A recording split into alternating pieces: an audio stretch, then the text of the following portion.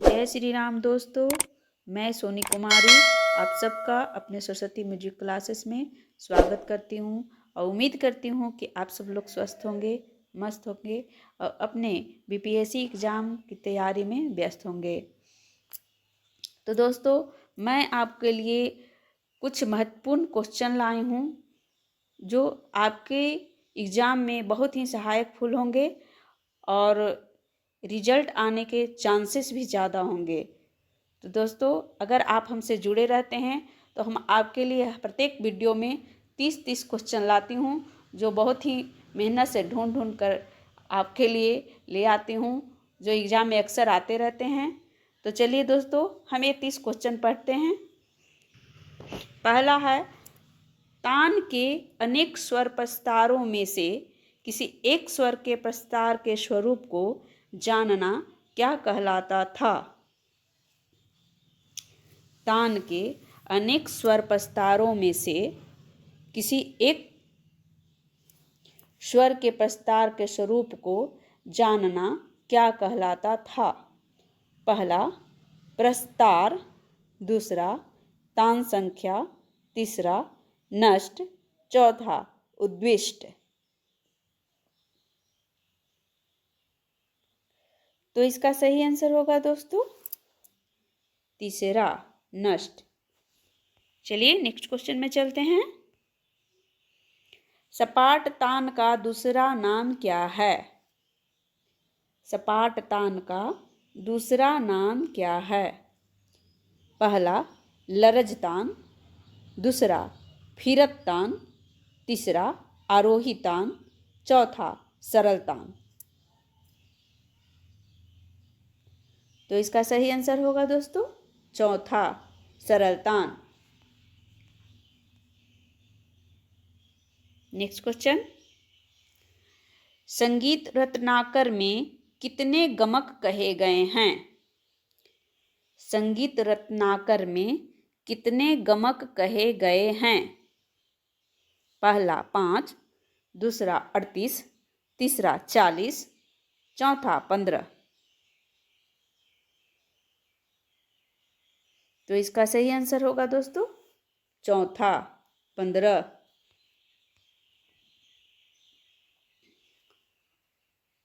Next question, आधुनिक मिंड को किस नाम से जाना जाता था?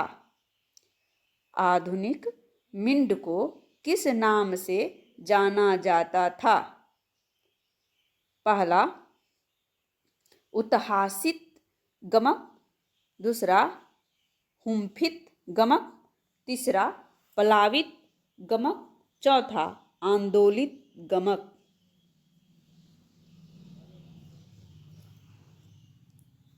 तो इसका सही आंसर होगा दोस्तों तीसरा प्लावित गमक।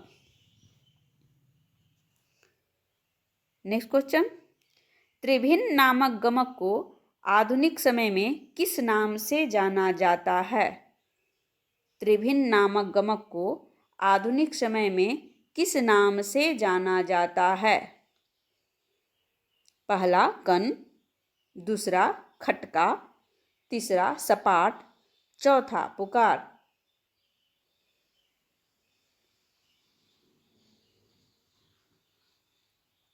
तो इसका सही आंसर होगा दोस्तों चौथा पुकार।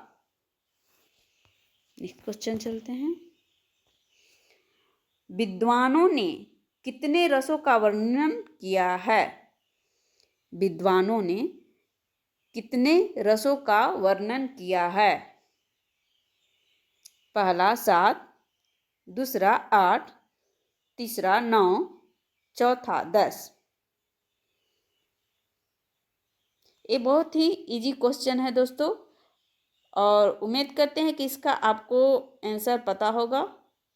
और अगर आपको आंसर पता है तो आप इसका आंसर आप कमेंट बॉक्स में बताएं। तो इसका सही आंसर होगा दोस्तों 9, तीसरा 9। आधुनिक विद्वानों ने रसों की संख्या कितनी मानी है? अब पूछ रहा है दोस्तों कि आधुनिक विद्वानों ने रसों की संख्या कितनी मानी है। विद्वानों ने तो 9 मानी है, लेकिन आधुनिक विद्वानों ने रसों की संख्या कितनी मानी है। पहला 9, दूसरा 10, तीसरा 11, चौथा 8। तो इसका सही आंसर होगा दोस्तों तीसरा 11।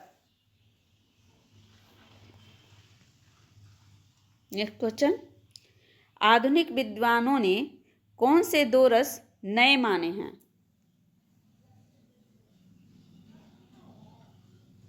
आधुनिक विद्वानों ने कौन से 2 रस नए माने हैं। पहला अद्भुत तथा वात्सल्य, दूसरा करुण तथा शांत, तीसरा भक्ति तथा वात्सल्य, चौथा भक्ति तथा शांत। तो इसका सही आंसर होगा दोस्तों तीसरा भक्ति तथा वात्सल्य।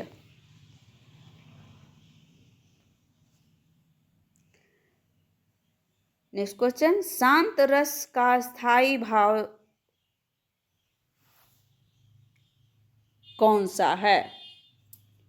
शांत रस का अस्थायी भाव, यहाँ कौन होगा दोस्तों, छूट गया है लिखने में, कौन सा है। शांत रस का अस्थायी भाव कौन सा है। पहला धृति, दूसरा निर्वेद, तीसरा मति, चौथा जड़ता।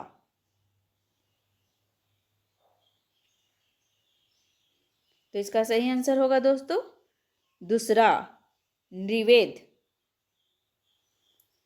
नेक्स्ट क्वेश्चन में चलते हैं, किस रस को रसराज के नाम से जाना जाता है। किस रस को रसराज के नाम से जाना जाता है।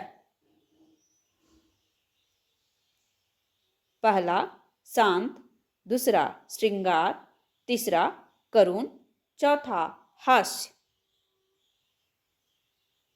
तो इसका सही आंसर होगा दोस्तों दूसरा श्रृंगार। नेक्स्ट क्वेश्चन, श्रृंगार रस का अस्थायी भाव क्या है। श्रृंगार रस का अस्थायी भाव क्या है। पहला शोक, दूसरा हर्ष, तीसरा रति, चौथा क्षमा।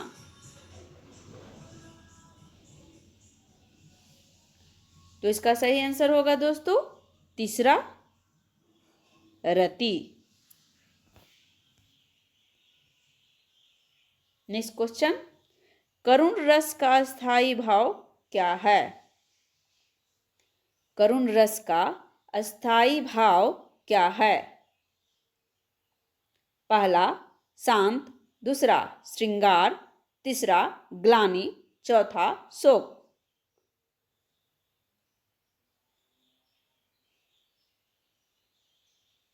तो इसका सही आंसर होगा दोस्तों चौथा शोक। नेक्स्ट क्वेश्चन, पाश्चात्य सौंदर्य विज्ञान भारतीय का प्रतीक है। पाश्चात्य सौंदर्य विज्ञान भारतीय का प्रतीक है। पहला ललित कला, दूसरा संगीत, तीसरा चित्रकला, चौथा रसशास्त्र।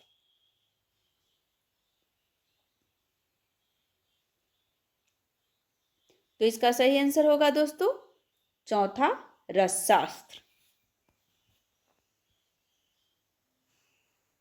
नेक्स्ट क्वेश्चन, एस्थेटिक शब्द का प्रयोग सर्वप्रथम किसने किया। एस्थेटिक शब्द का प्रयोग सर्वप्रथम किसने किया। पहला हिंगल, दूसरा बामगार्टन, तीसरा शेक्सपियर, चौथा जॉर्ज मैरीडिथ।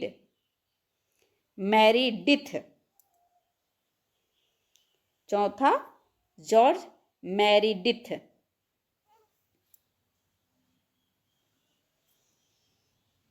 तो इसका सही आंसर होगा दोस्तों दूसरा बामगार्टन।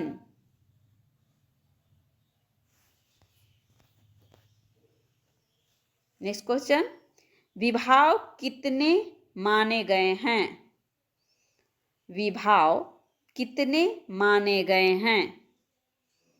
पहला 8, दूसरा 2, तीसरा 1, चौथा 9।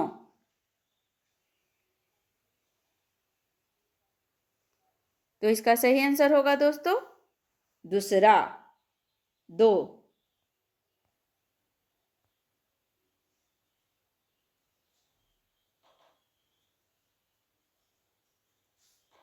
मानव मन में अस्थायी रूप से व्यक्त होने वाले भाव क्या कहलाते हैं? मानव मन में अस्थायी रूप से व्यक्त होने वाले भाव क्या कहलाते हैं? पहला अस्थायी भाव, दूसरा विभाव, तीसरा अनुभाव, चौथा संचारी भाव।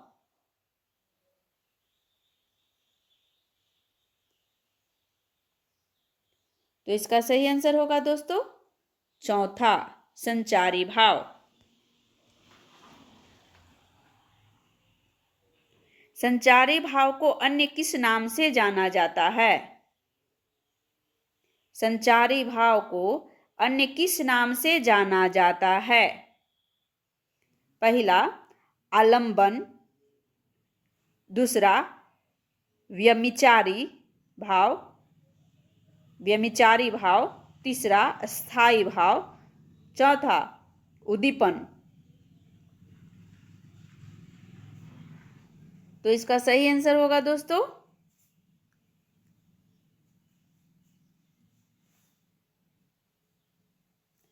दूसरा व्यभिचारी भाव। अगर हमारा वीडियो आपको पसंद आ रहा है दोस्तों तो आप इसे सब्सक्राइब कर दें।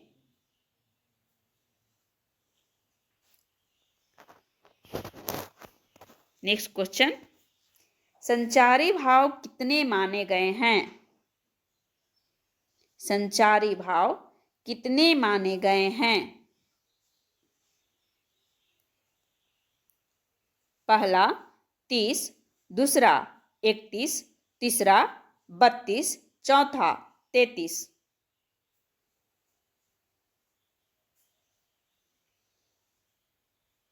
तो इसका सही आंसर होगा दोस्तों चौथा 33। नेक्स्ट क्वेश्चन, आर्यभट्ट लोलट के रस संबंधी दृष्टिकोण को किस नाम से जाना जाता है? आर्यभट्ट लोलट के रस संबंधी दृष्टिकोण को किस नाम से जाना जाता है? पहला निष्पत्तिवाद, दूसरा उपपत्तिवाद, तीसरा अनुमतिवाद, चौथा इनमें से कोई नहीं।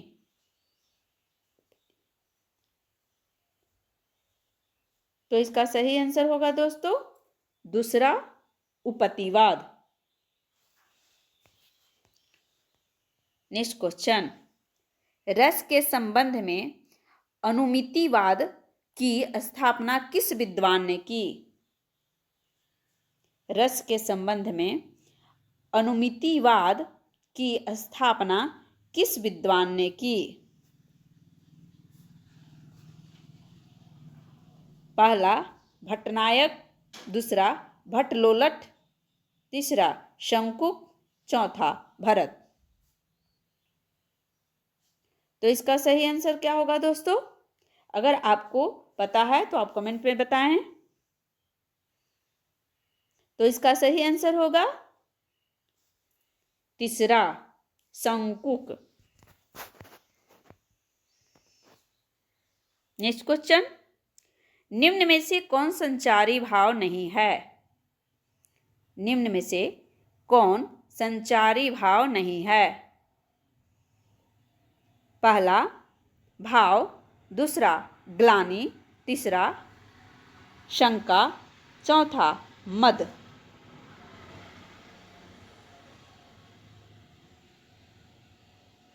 तो इसका सही आंसर होगा दोस्तों पहला भाव।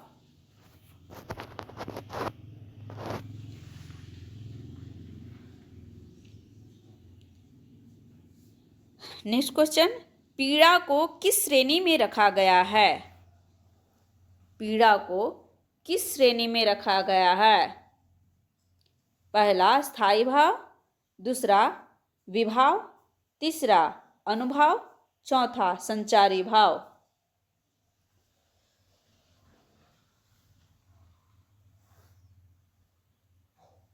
तो इसका सही आंसर होगा दोस्तों चौथा संचारी भाव।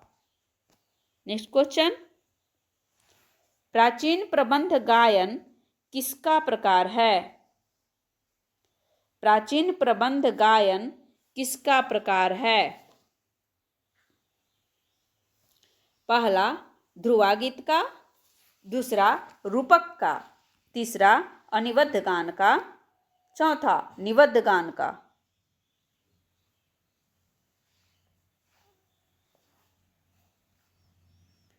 तो इसका सही आंसर होगा दोस्तों चौथा निबद्ध गान का। नेक्स्ट क्वेश्चन,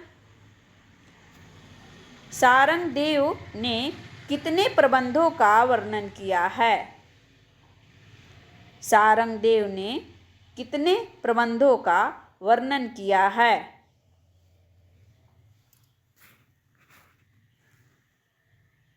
पहला 65, दूसरा 70, तीसरा 75, चौथा 80।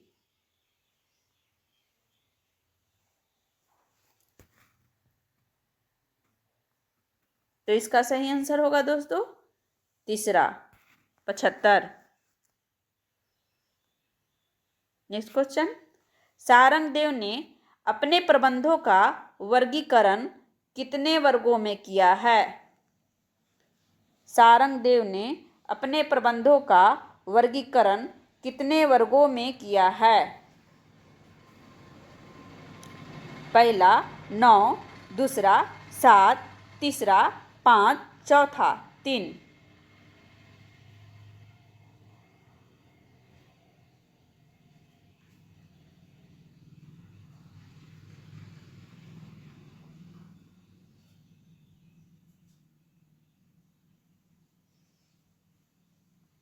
तो इसका सही आंसर होगा दोस्तों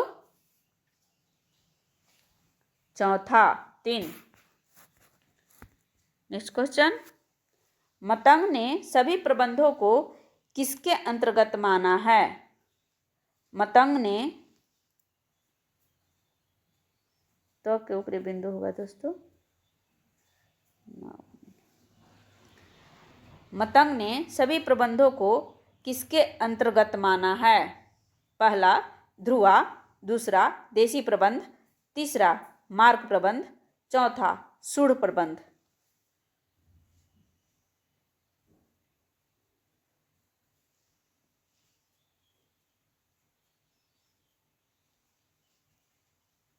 तो इसका सही आंसर होगा दोस्तों दूसरा देशी प्रबंध।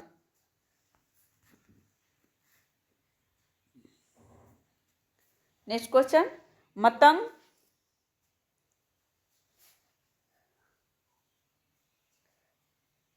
मतंग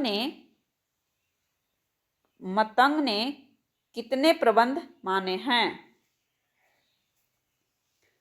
मतंग ने कितने प्रबंध माने हैं? पहला 59, दूसरा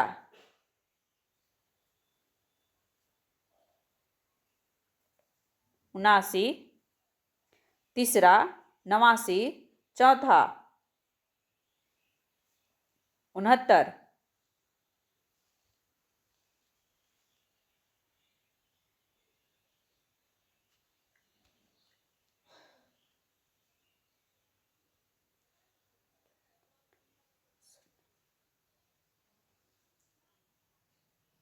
तो इसका सही आंसर होगा दोस्तों चौथा,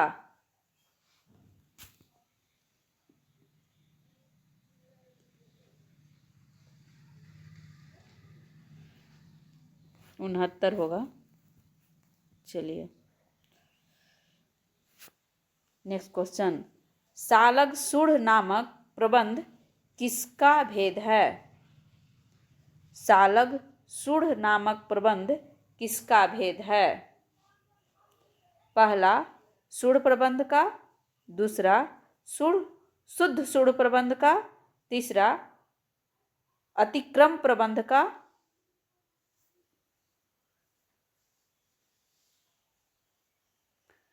चौथा कोई नहीं। तो इसका सही आंसर होगा दोस्तों, सालग सुढ़ है तो सुढ़ प्रबंध का। नेक्स्ट क्वेश्चन, प्राचीन प्रबंधों के कितने अंग माने गए थे? प्राचीन प्रबंधों के कितने अंग माने गए थे? पहला 6, दूसरा 5, तीसरा 4, चौथा 7।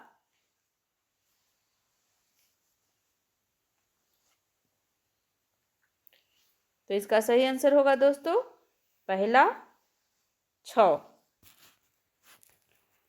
चलिए लास्ट क्वेश्चन है,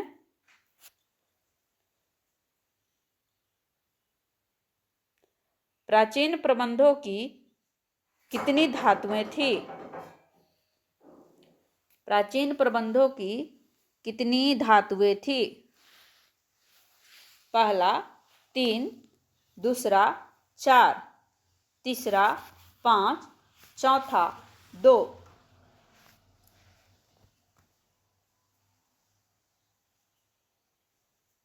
तो इसका सही आंसर होगा दोस्तों दूसरा 4।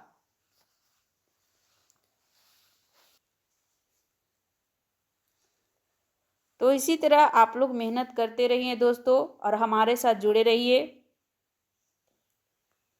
क्योंकि मेहनत का फल ही आदमी को मिलता है। और अपनी मजबूती से तैयारी करते रहिए ताकि आपका रिजल्ट अच्छा से अच्छा हो। और अगर हमारा वीडियो आपको पसंद आए तो उसे सब्सक्राइब कर दें, शेयर कर दें और लाइक कर दें। धन्यवाद दोस्तों। जय श्री राम।